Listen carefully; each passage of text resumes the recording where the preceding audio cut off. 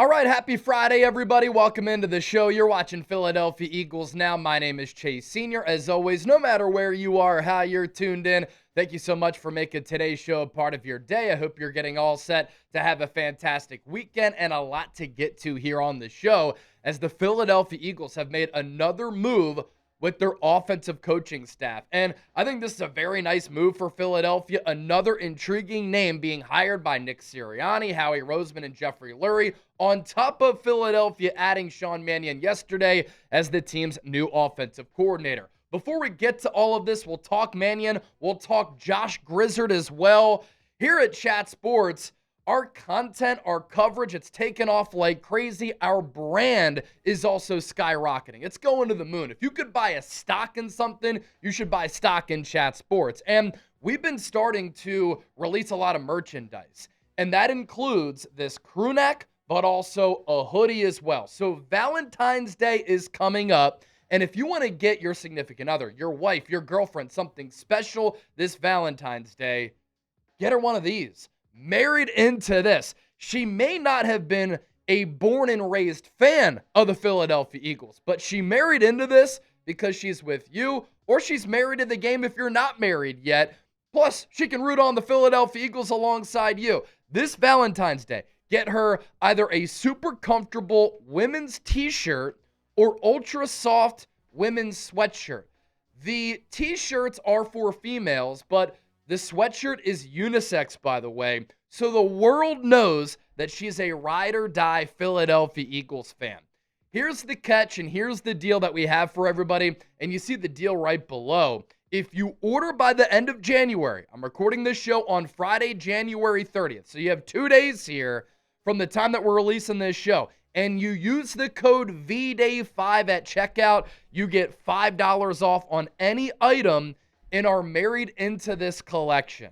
It looks great. It feels great. Get something special for your girl this Valentine's Day. Chatsports.com/Eagles VDay is the link. I'm going to make that the pinned comment of today's Philadelphia Eagles Now. It's also in the show notes. And if you do make a purchase, we'll give you some shout outs next week right here on the program. All right.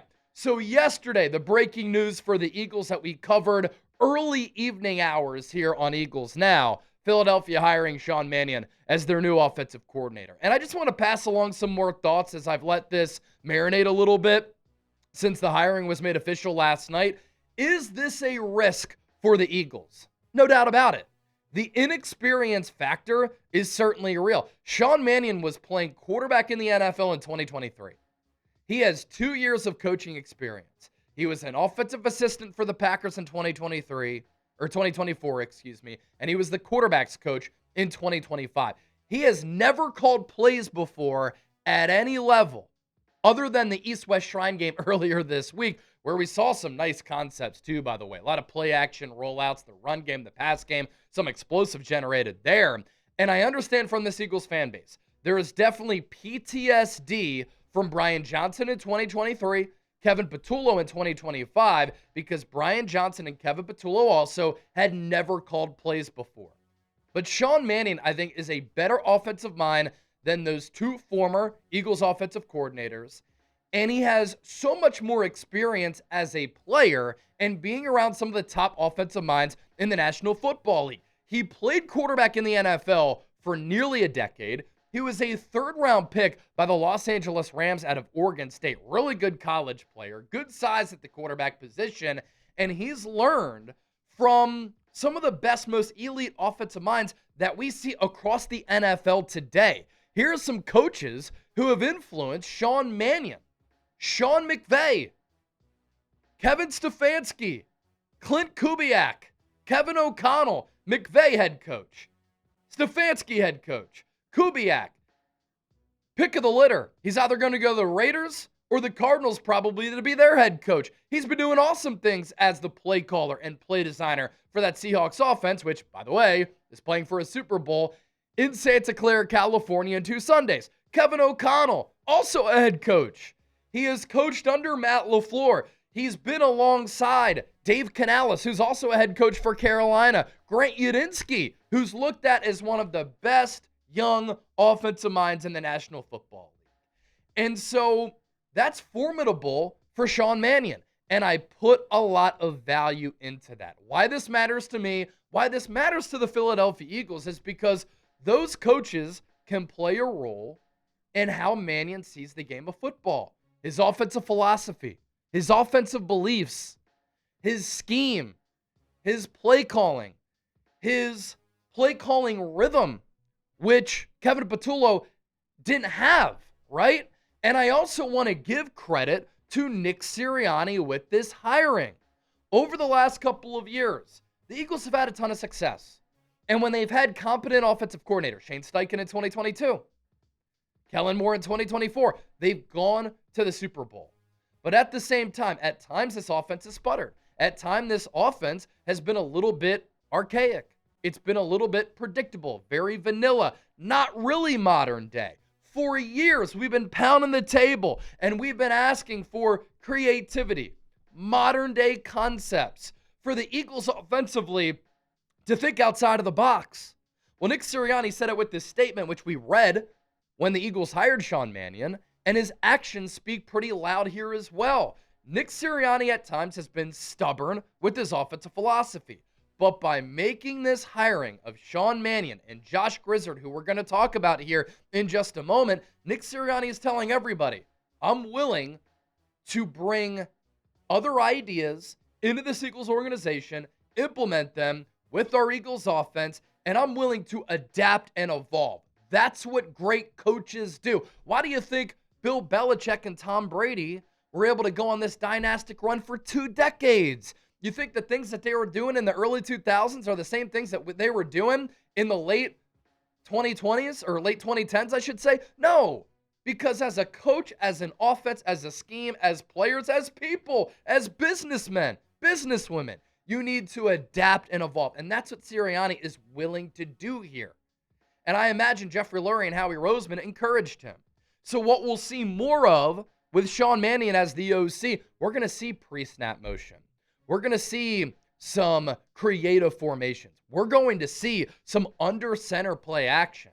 And when Jalen Hurts was under center this past year, when Kevin Patullo didn't do it enough, called some play action passes, Jalen Hurts looked pretty damn good throwing the football. And the Eagles were able to generate some explosive plays on some of those play action rollouts. You're able to mess with the eyes of the defense, but you make the quarterback's job easier. You limit the reads to one side of the field. And then with play designs, you're able to scheme guys open. And for Jalen Hurts and these Eagles weapons, life has been too hard. It's too often for this Eagles offense of late. And I'll tell you this too. By going under center with this play action game, with some of the play calls and the running concepts and the passing game, if the offensive line can bounce back for Philadelphia here, look out for Saquon Barkley to have a big year. I'm not going to say he's going to have a 2024 season again where he set the NFL record for the most rushing yards in a season when you combine the regular season and the playoffs, and he went for over 2K in the regular season. But up front, if the Eagles are a little bit better there with the scheme, the play calling, and the philosophies from all those great aforementioned offensive minds, Kyle Shanahan included, Saquon, who had a down year in 2025 and still ran for more than 1,000 yards, could really pop off. I also want to say this. Let's give credit to Sean Mannion here. There was so much chatter from casuals saying nobody wants to work with Nick Sirianni. Nobody wants to coach Jalen Hurts. Kevin Patullo got his house egged. The Eagles' offense wasn't good in 2025, and he got fired and demoted from being this team's offensive coordinator. Nobody wants to go to Philadelphia with that media and fan pressure in a city that's a pressure cooker where things can get heavy and loud. Sean Mannion's never called plays before, and he's seizing this opportunity because he looks at the Eagles as one of the best organizations in professional sports, cream of the crop. He looks at the Eagles as an opportunity to springboard his career, to play on a big stage in primetime games, to potentially win a Super Bowl, and to coach one of the most talented rosters around the NFL. And he didn't let some of that outside chatter or the pressure of Philadelphia impact him. He's actually looking forward to the opportunity, and I can't wait to see what he does in 2026. As for the new addition to this Eagles coaching staff here, Philadelphia this morning hiring Josh Grizzard. They actually interviewed him twice for their offensive coordinator job, and I didn't want the Eagles to hire him as OC, but as pass game coordinator, give me that. So he served as the Buccaneers OC in 2025. Buccaneers started the year off pretty well. Baker Mayfield was in MVP consideration, but then the offense and the entire team really fizzled out the last 2 months of the year. On offense, context is always important, right? Mike Evans missed nearly 2 months. Chris Godwin missed nearly 2 months. Bucky Irving, really good running back, out nearly 2 months. There were injuries along the offensive line. And so while the Buccaneers offense wasn't fantastic in 2025, and it took a step back from what they did in 2024 when Liam Cohen was the offensive coordinator, Josh Grizzard did some decent things. He knows football, and this is another good offensive mind. He was Tampa Bay's pass game coordinator in 2024 when Baker Mayfield was playing at a top 10 MVP level. And in addition to coaching under Liam Cohen, look at the job that Liam Cohen did with Trevor Lawrence this year and Jacksonville as a whole when he got that head coaching job. He's also coached under Mike McDaniel, who comes from that Kyle Shanahan tree. So Sean Mannion, Matt Loeffler, Kyle Shanahan tree. Josh Grizzard, ingredients and elements of the Kyle Shanahan type of offense. And it's a great offense that we see league-wide. My take on this? The hiring by the Eagles to bring in Josh Grizzard as pass game coordinator is a fantastic move. It's a high-level hire. This is what great organizations do. I didn't want Philadelphia to hire him as their offensive coordinator because I wanted them to go after a more attractive candidate in my eyes. But what the Eagles are doing here in hiring Grizzard, they're bringing in as many talented offensive minds as possible who all have a great feel for where offenses are going in 2026. The Eagles interviewed Grizzard twice for their offensive coordinator job. What did that give them? Intel, information, and insight for who they might be bringing in another position if they passed on him to be the OC. Ladies and gentlemen, what have I been saying over the last few weeks? This is the benefit of an expanded search. Why would the Eagles rush into a hire when they know that this hire for 2026 and beyond is really important? Cast a wide net. Interview a multitude of candidates. If you get turned down, that's fine. But gather all these different ideas, and adding Josh Grizzard to this Eagles offensive coaching staff under Sean Mannion, under Nick Sirianni, can really benefit this offense this year.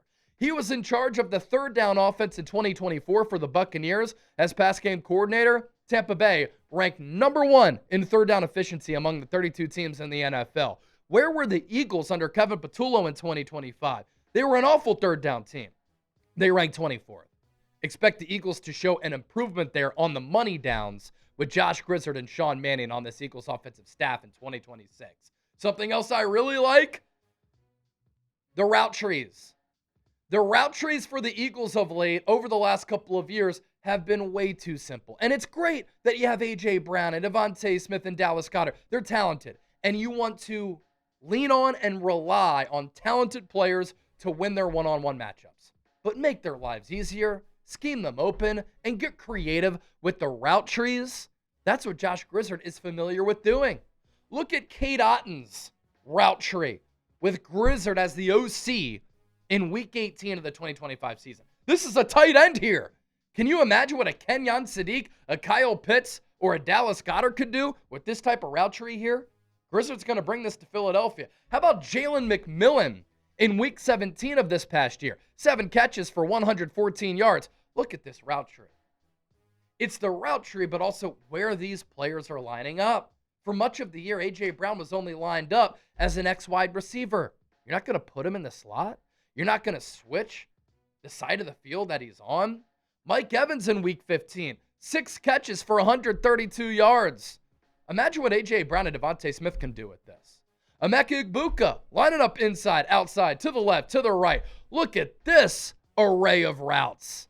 Can you imagine what DeVonta Smith can do with a play caller, a play designer, and an offensive staff that can maximize his skill set? Another big thing here with Sean Mannion. RIP hitch routes. Hopefully, the Eagles beat hitch hitch routes into the ground in 2025. This has also been an issue over the last couple of years. And the Eagles, by far, among all teams in the NFL, led the league in hitch routes run in 2025. 673. They're ranked first in the league. The Green Bay Packers, with Sean Mannion on that staff, second to last in the NFL, meaning they ran the second to least hitch routes in the National Football League with only 354. Doubling up pretty much right here. Ridiculous. Hitch routes in the playoffs. The Eagles were bounced in the wild card round. They only played one game. In that one game against the Niners, a second string defense with no pass rush, a Niners defense down to their 5th, 6th, and 7th linebackers. The Eagles ran 48 hitch routes in one game. The Patriots and the Seahawks are playing for the Super Bowl. Clint Kubiak, 13 hitch routes in 2 games. The New England Patriots, 38-3. Still not close to the Eagles' 48.